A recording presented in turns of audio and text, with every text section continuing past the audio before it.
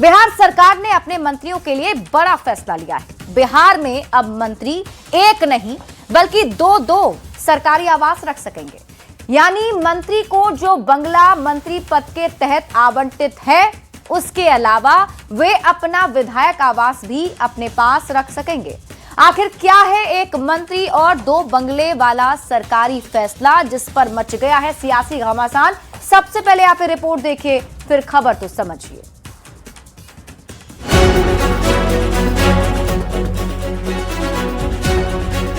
नए साल में बिहार सरकार के एक नए फैसले से मंत्रियों की बल्ले बल्ले हो गई है, क्योंकि बिहार के मंत्री अब एक नहीं बल्कि दो दो सरकारी आवास रख सकेंगे। यानी मंत्री को जो बंगला मंत्री पद के तहत आवंटित है, उसके अलावा वे अपना विधायक आवास भी पास रख सकेंगे। इस फैसले के तहत मंत्री अपने विधायक आवास को 1700 रुपये प्रति माह के निर्धारित दर पर रख सकेंगे। अब तक मंत्री बनने के बाद विधायक आवास खाली करना जरूरी होता था, लेकिन नए निर्णय से व्यवस्था में बड़ा बदलाव किया गया है। बिहार के पूर्व भवन निर्माण मंत्री रह चुके अशोक चौधरी से न्यूज 18 संवाददाता ने जब सवाल पूछा कि इतना सस्ता बंगला अलॉट करने का फैसला क्यों लिया गया, तो उनका क्या कहना है, जरा ये भी सुनिए। लेकिन जो कुछ जब मंत्री बन जाते हैं आप, तो आपको घर सेंट्रल पुल से अलॉट होता है, तो जो विधानसभा पुल से जो आपका मकान है, उस मकान को आप चाहते हैं तो 1700 रुपये महीने पर आप वो मकान रख सकते हैं। आपको अलॉटमेंट हो जाएगा वो मकान। और जो कुछ लोग जो हैं जिनको एक क्राइटेरिया बनाया गया, जो 6 बार जीते हैं और 6 बार जीते हैं या 1 बार मंत्री रहे हैं या 3 बार मंत्री रहे हैं, उनको सेंट्रल पुल से मकान दिया जाएगा। सभापति को, विधानसभा के अध्यक्ष को, उपाध्यक्ष को सेंट्रल पुल से दिया जाएगा। यही तो निर्णय है। बीजेपी ने इस फैसले का समर्थन किया है, तो विपक्ष निशाना साध रहा है कि बीजेपी जो चाह रही है वो मुख्यमंत्री से करवा रही है, सरकारी खजाने से रेवड़ियां बांटी जा रही है। बिहार में नई व्यवस्था के तहत हर माननीय विधायक को उनके क्षेत्रवार नए बने हुए बंगले अलॉट हो गए हैं। ये डबल स्टोरीड फ्लैट्स हैं जो विधायक आवास और विधान पार्षद आवास के परिसर में उपस्थित हैं। बिहार की सरकार का भवन निर्माण विभाग माननीय विधायक जी से एक निश्चित दर पर किराया लेगी और ये एक व्यवहारिक निर्णय है।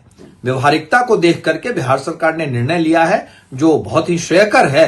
कभी सोशल इंजीनियरिंग के प्रोफेसर थे माननीय मुख्यमंत्री नीतीश कुमार जी, लेकिन आज ये मदारियों के हाथों नाच रहे हैं, एक कठपुतली बन गए हैं। बीजेपी वाले बोलते हैं यहाँ साइन करो, उस दस्तावेज पे ये साइन कर देते, बस एक रबर स्टैंप रह गया है। पटना में जो बंगलो अगर कोई किराए पर लेना जाए तो मार्केट रेट से कम 3-3.5 लाख रुपए प्रति महीने किराए में मिलेगा, वो मंत्रियों को 1700 में दे दिया जाएगा। यही तो समाजवाद है नीतीश जी का।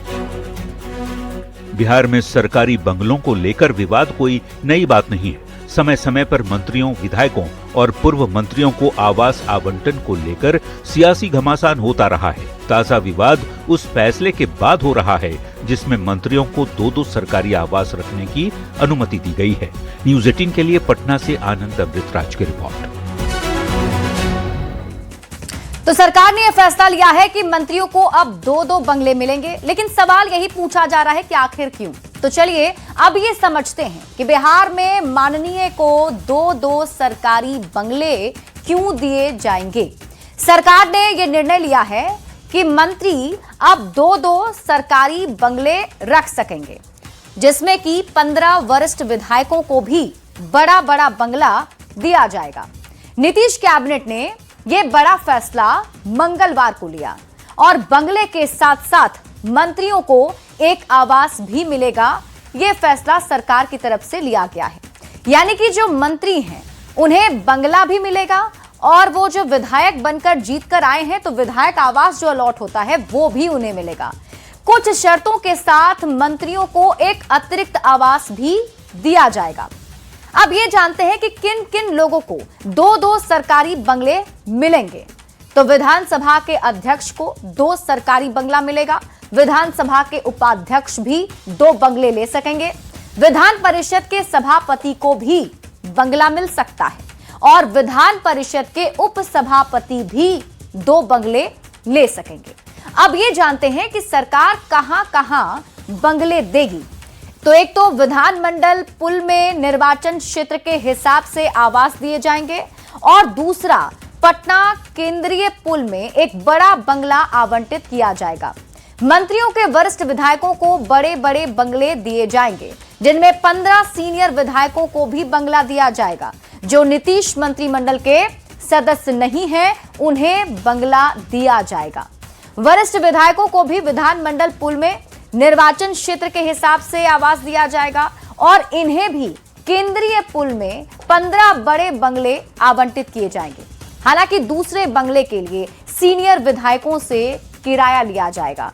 दूसरे बंगले के लिए वरिष्ठ विधायकों को सिर्फ 1700 रुपए हर महीने देने होंगे। अब ये समझते हैं कि माननीय को 2-2 बंगले देने पर सवाल क्यों उठ रहे हैं। तो भवन निर्माण विभाग के प्रस्ताव पर नीतीश कैबिनेट की मुहर लगी है और बड़े बंगले के लिए किराया महज 1700 रुपए तय करने पर सवाल उठ रहे हैं। सस्ते बंगले पर बिहार की जनता के मन में सवाल उठ रहे हैं। बिहार के मंत्रियों को 2-2 सरकारी बंगले की जरूरत क्यों पड़ी है?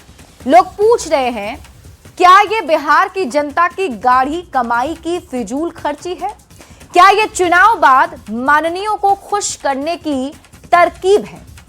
अब तक मंत्री बनने के बाद विधायक आवास खाली करना जरूरी था, लेकिन अब मंत्री बड़े ठाठ के साथ 2-2 बड़े सरकारी बंगले में रहेंगे। मतलब एक मंत्री बनने के बाद जो बंगला अलॉट होगा वो तो है ही, और उनका विधायक आवास भी उन्हीं का रहेगा।